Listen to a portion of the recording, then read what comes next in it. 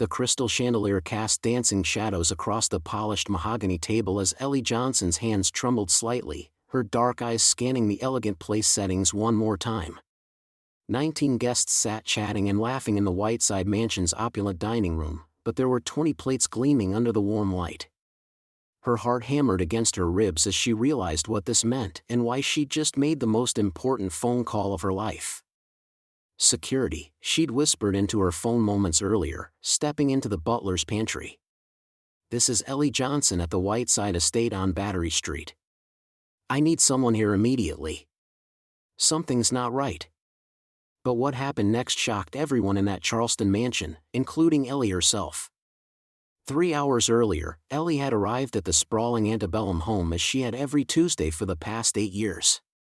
The morning sun streamed through the tall windows, illuminating the pristine white tablecloth she was smoothing with practiced hands. At 52, she moved with quiet efficiency through the grand rooms, her mind heavy with thoughts that seemed to weigh more each passing day. Morning, Mrs. Johnson, called James Whiteside Jr., the family's eldest son, as he strode through the dining room in his pressed navy suit. Mother's expecting quite the crowd tonight for her charity dinner. Yes, sir, Mr. James, Ellie replied, continuing to arrange the silver with mathematical precision. 19 guests, just as Mrs. Whiteside requested. But even as she spoke, her thoughts drifted to the stack of bills waiting on her kitchen counter at home. Her son Marcus's college tuition payment was due next week, another $3,000 she didn't have. The scholarship covered most of his expenses at South Carolina State, but the gap seemed to grow wider each semester. This job at the Whitesides, despite the steady pay, barely covered her own expenses, let alone Marcus's dreams of becoming an engineer. Ellie, darling, came the melodious voice of Catherine Whiteside as she glided into the room wearing a flowing cream-colored dress. The flowers look absolutely divine. You've outdone yourself again. Thank you, ma'am. Ellie smiled genuinely, despite her worries. Mrs. Whiteside had always treated her with more respect than most employers in this historic district of Charleston, where old money still whispered through Spanish moss and behind iron gates. Little did Ellie know that this evening would test everything she believed about the family she'd served so faithfully. As the afternoon melted into evening, Ellie found herself moving between the kitchen and dining room with increasing urgency. The guests would arrive at 7 sharp. Charleston society operated on precise timing. She prepared the table according to Mrs. Whiteside's detailed list: the senator and his wife, the museum director, the bank president, 3 couples from the country club, the mayor, and various other pillars of Charleston's elite community. Everything looks perfect, Mrs. Whiteside announced, surveying the dining room with approval. The table stretched nearly the length of the room, adorned with white roses and flickering candles. Though I do hope everyone can make it tonight. You know how these people can be about last-minute changes. Ellie nodded, but something nagged at her as she counted the place settings one final time. 19 guests, she'd confirmed it twice with Mrs. Whiteside's guest list. But there, at the far end of the table, sat a 20th place setting. The fine china gleamed invitingly, the crystal water glass catching the light like a beacon. Her brow furrowed as she approached Mrs. Whiteside, who was adjusting a flower arrangement near the window. Ma'am, I'm sorry to bother you, but there seems to be an extra place setting. Should I remove it? Catherine Whiteside turned, her blue eyes flickering with something Ellie couldn't quite identify. Oh, that. No, dear, leave it. Sometimes we have unexpected guests. The way she said it sent a chill down Ellie's spine, but she simply nodded and returned to her duties. In 8 years of working for the Whitesides, she'd learned that some questions were better left unasked. As 7 o'clock approached and the first guests began arriving, Ellie stationed herself in the kitchen, ready to serve. She could hear the familiar sounds of Charleston society, the gentle laughter, the clinking of glasses, the sophisticated chatter about art galleries and yacht club events. But tonight, something felt different. There was an undercurrent of tension she couldn't shake, like the heavy air before a summer storm. This decision would change everything, but Ellie didn't know it yet as she watched through the service door. 19 elegantly dressed guests had taken their seats, engaging in animated conversation. The empty 20th chair sat like a silent sentinel at the table's end, its very presence seeming to cast a shadow over the glittering gathering. That's when Officer Dan Richards appeared at the kitchen door, his hand resting casually on his radio. Ellie's heart skipped as she realized her quiet call for security had been taken seriously. But the real shock was still coming. Officer Dan Richards stepped through the elegant foyer of the Whiteside mansion, his heavy boots echoing against the marble floors. His weathered face bore the skeptical expression of someone who'd answered too many false alarms from Charleston's elite families.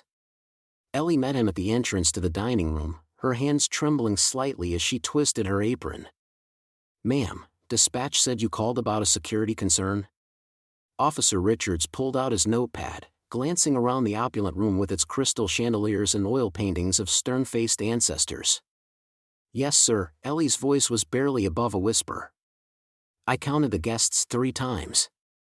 There are 19 people in that room, but I set 20 places like I was instructed. Someone's planning to join us who wasn't on the original list." The officer's eyebrows furrowed as he studied the pristine table setting. Each place was perfectly arranged with gleaming silver and monogrammed china. Maybe someone just made a mistake with the count? Before Ellie could respond, Mr. Whiteside's commanding voice boomed from behind them. "What's the meaning of this?" Charles Whiteside III strode into the dining room, his face flushed with indignation. At 62, he carried himself with the authority of old Charleston money, but tonight something seemed off about his usual composure. "Mr. Whiteside," Officer Richards nodded respectfully. "Your employee here called about a discrepancy in your dinner arrangements." "This is absolutely ridiculous," Mr. Whiteside's jaw tightened as he glared at Ellie. "Eleanor, I gave you specific instructions. 19 guests, period. You must have miscounted in your confusion." Ellie felt heat rise in her cheeks, but she stood her ground. "Sir, with respect, I've been setting these tables for 12 years. I know what you told me, and I know what I prepared. Someone else is expected tonight." The tension in the room was thick enough to cut with a knife. Officer Richards looked between them, sensing the undercurrent of something deeper than a simple miscounting. Through the archway, the murmur of cocktail conversations continued, guests oblivious to the drama unfolding steps away. "Charles, what's all this commotion about?" Mrs. Whiteside appeared in a shimmering navy dress, her smile faltering as she took in the scene. "Officer, is everything all right?" "Margaret, it's nothing," Mr. Whiteside said quickly, perhaps too quickly. "Just a misunderstanding about the place settings." But Ellie noticed something that made her blood run cold. Mrs. Whiteside's eyes darted to the 20th place setting, and for just a moment, recognition flickered across her face before she composed herself again. She knew. She knew about the extra guest. Officer Richards was about to speak when Mr. Whiteside's phone rang sharply. The sound cut through the tension like a blade. Mr. Whiteside glanced at the screen, and his face went ashen. His hands actually shook as he answered. "Hello?" His voice was barely audible. The person on the other end spoke for perhaps 30 seconds, but those 30 seconds seemed to age Charles Whiteside by 10 years. His grip on the phone tightened until his knuckles went white. I understand," he whispered into the phone. "Yes, I know what I did." When he hung up, the silence was deafening. Mrs. Whiteside reached for her husband's arm, but he pulled away, his breathing shallow and rapid.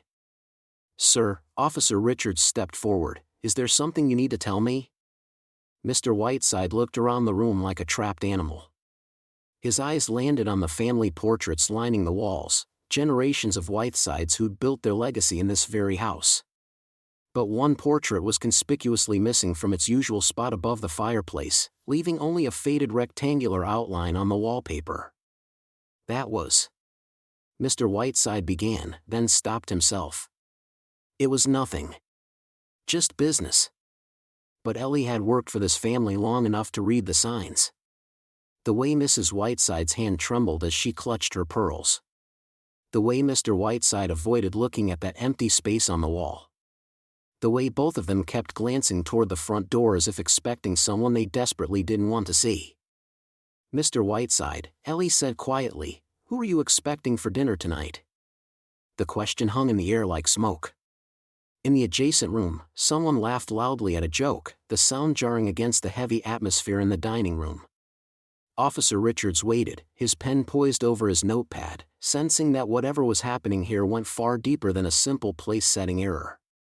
Mr. Whiteside opened his mouth to answer, but before he could speak, the grandfather clock in the hall began to chime 8 o'clock. Dinner time. The moment of truth was approaching, and Ellie realized with growing dread that she might be the only one who could prevent whatever was about to unfold. As the chimes echoed through the mansion, Ellie made a decision that would change everything. She was going to find out exactly who that 20th place setting was meant for, even if it meant risking everything she'd worked so hard to protect. The silence that followed Officer Richards' departure felt heavier than the humid Charleston air pressing against the mansion's windows. Ellie stood in the hallway, her heart hammering as she watched Mr. Whiteside return to his guests with that practiced smile that never quite reached his eyes. The mysterious phone call still echoed in her mind, the way his face had drained of color, how his hands had trembled as he'd whispered, "You can't be here. Not tonight."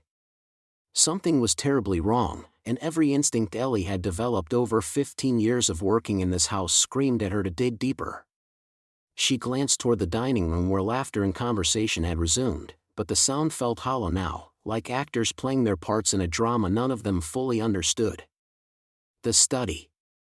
If there were answers to be found, they'd be in Mr. Whiteside's private study. Ellie moved through the servants' corridors with practiced silence, her soft-soled shoes making no sound on the polished hardwood. The study door stood slightly ajar, and she slipped inside, immediately struck by the musty smell of old leather and something else, something acrid and sharp. The room was dimly lit by a single desk lamp, casting long shadows across the mahogany furniture and oil paintings of stern-faced Whiteside ancestors. But what caught Ellie's attention immediately were the papers scattered across the Persian rug near the fireplace. Half-burned letters, their edges blackened and curled, as if someone had tried to destroy them but been interrupted. Her hands shook as she knelt and gathered the fragments. The letterhead was from Charleston First National Bank, and what she could make out made her blood run cold. Final notice, foreclosure proceedings, fraudulent documents, investigation pending. "Oh my God," she whispered, piecing together more fragments. The Whiteside fortune, the foundation of everything this family represented, was built on lies. And now it was all crumbling down. But there was more. Another letter, this one in flowing handwriting she didn't recognize. "Charles, you cannot keep hiding the truth. I have every right to be there, and you know it. The inheritance was never yours alone. If you don't acknowledge what you've done, I'll make sure everyone knows exactly what kind of man you really are. Your loving sister, Lana." Sister? Ellie's mind raced. In all her years working for the Whitesides, she'd never heard mention of a sister. Mrs. Whiteside had always said Charles was an only child, that the family line would end with their son Thomas. But here was proof of another heir, someone who'd been erased from the family narrative entirely. The moral weight of her discovery pressed down on her shoulders. Should she warn the guests upstairs? Protect them from whatever was coming? Or did she owe her loyalty to the family that employed her, despite their deception? But before she could decide, the lights went out. The entire mansion plunged into darkness so complete it felt suffocating. From upstairs came the immediate sounds of confusion, chairs scraping, glasses clinking, voices rising in surprise and alarm. Someone screamed. Another voice called out for candles. Ellie remained frozen in the study, clutching the burned letters to her chest. In the darkness, she could hear footsteps in the hallway above, rapid and purposeful, moving against the flow of panicked guests. Someone was using this chaos as cover. "Charles." Mrs. Whiteside's voice cut through the commotion. "Charles, where are you?" The footsteps stopped directly above the study. Then came a voice Ellie had never heard before, but somehow knew with gut-deep certainty belonged to the woman who'd written that letter. It was strong and clear, cutting through the darkness like a blade. "Hello, brother. Miss me?" The lights flickered once, twice, then blazed back to life with startling suddenness. The sounds from upstairs had changed, no more confusion, but a deadly quiet that felt far more dangerous than the chaos had been. Ellie stuffed the letters into her apron pocket and crept toward the staircase. She had to see what was happening, had to understand who this woman was and what she wanted.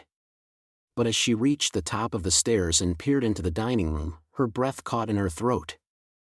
There, seated calmly in the 20th chair, the chair that should never have been set, was a woman who looked exactly like Mr. Whiteside, but with longer hair and eyes that burned with 15 years of suppressed rage. The lights flicker back on, casting harsh shadows across the dining room as 20 pairs of eyes adjust to the sudden brightness. But there, in the 20th chair that Ellie had questioned just hours before, sits a woman who shouldn't exist in this room. Lana Whiteside.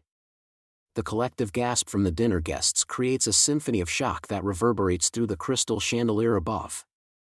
Ellie's hand instinctively grips the silver serving tray tighter, her knuckles turning white as she recognizes the face from the family portrait that was mysteriously removed from the hallway 3 years ago. "Hello, Robert," Lana says, her voice cutting through the silence like a blade through silk. She's older now than in that photograph, her auburn hair streaked with premature silver, but her emerald eyes hold the same fire that Ellie remembers from the stories whispered among the household staff. Mr. Whiteside's fork clatters against his china plate. "Lana, what are you doing here?" "I was invited," she replies smoothly, reaching into her purse and producing an elegant cream-colored envelope. "Though I suspect you didn't send this invitation yourself." Mrs. Whiteside's face drains of all color as she stares at her sister-in-law. "That's impossible. You're supposed to be dead?" Lana's laugh holds no warmth. "Is that what you told everyone? How convenient for you both." The dinner guests exchange bewildered glances, their conversations from moments before about charity galas and stock portfolios now seeming trivial.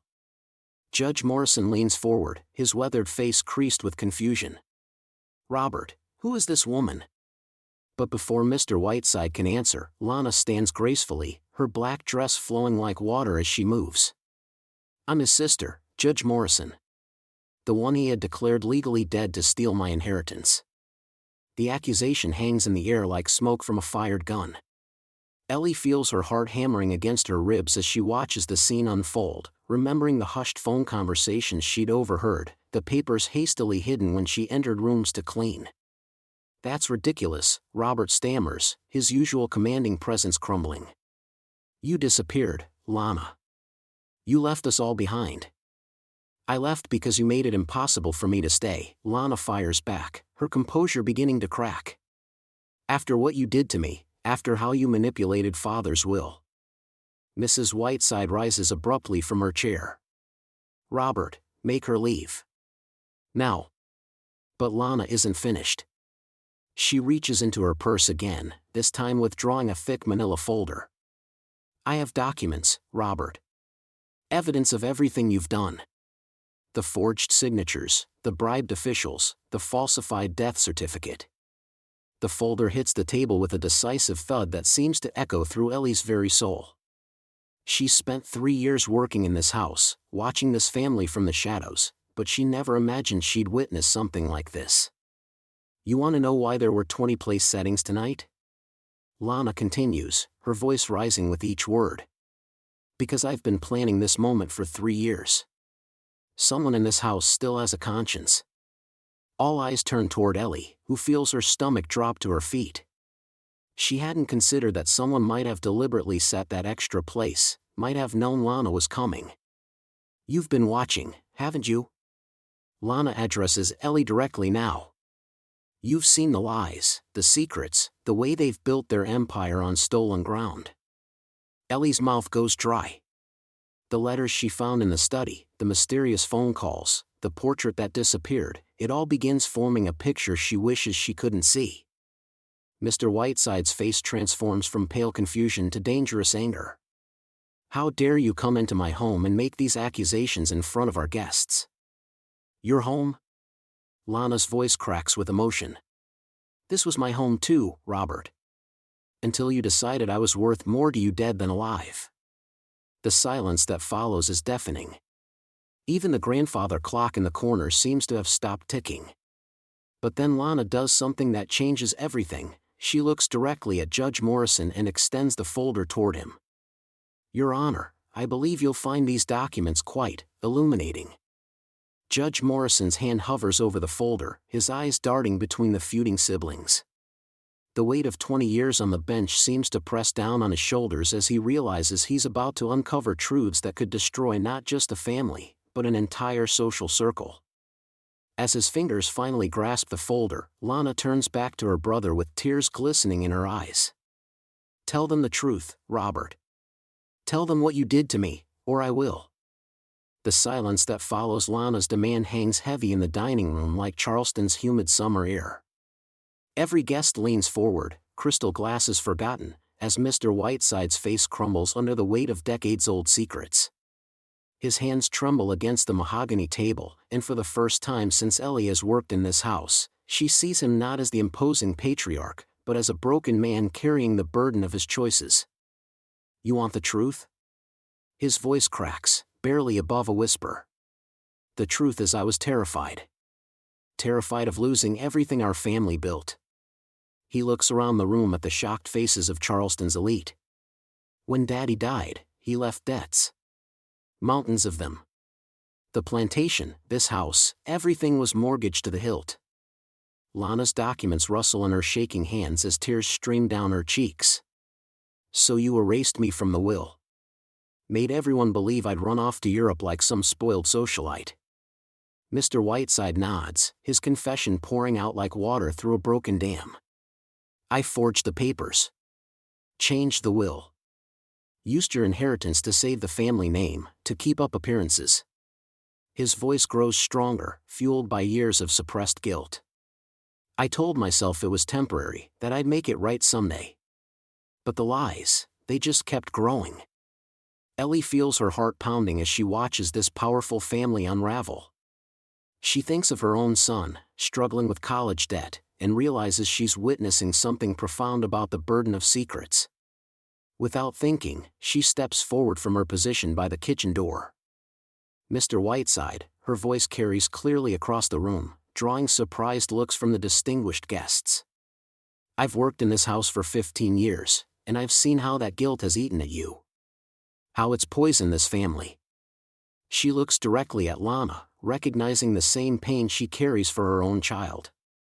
"Miss Lana, your brother hasn't slept soundly in years. I've seen him walking these halls at night, haunted."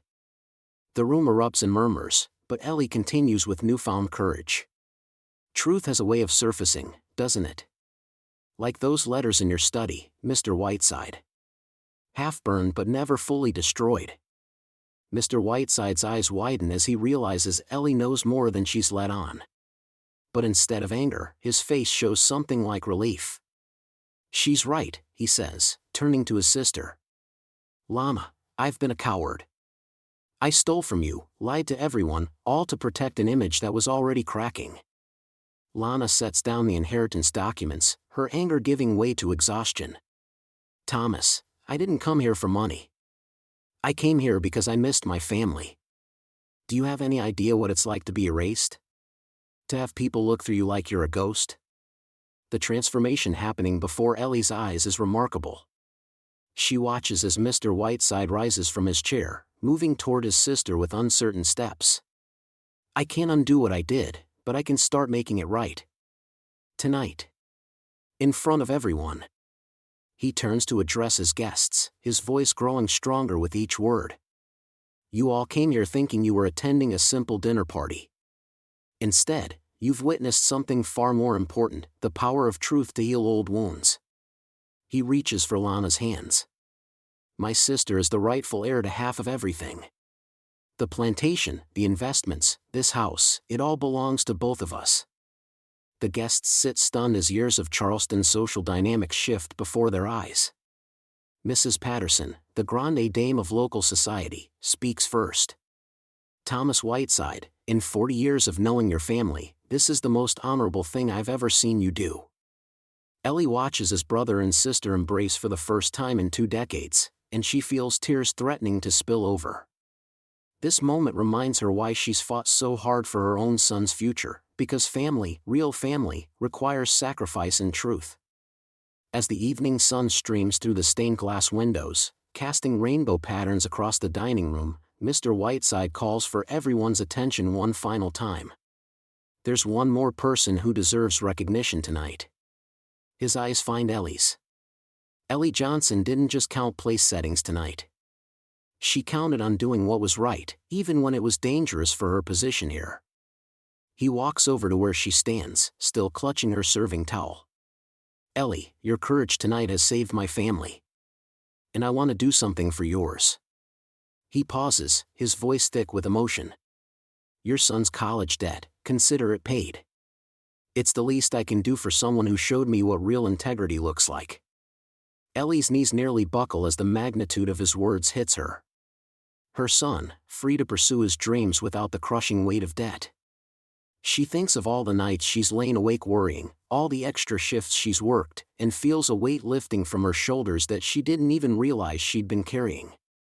Sometimes, Ellie says, looking around the room at these powerful people who have just witnessed something extraordinary, the most important conversations happen around a dinner table. Tonight, 20 people learn that truth is always worth serving. As the guests begin to disperse, buzzing with the evening's revelations, Lana approaches Ellie with tears in her eyes. Thank you for seeing me when everyone else forgot I existed. Walking home through Charleston's historic streets that night, Ellie reflects on how a simple miscount changed everything. She'd set the table for 20, counted 19, and discovered that sometimes the most important guest is the one everyone forgot was coming. What moments in your own life have shown you the transformative power of speaking truth? Share your stories in the comments below, because sometimes, like tonight's dinner party, the most powerful changes begin with someone brave enough to say what everyone else is afraid to hear.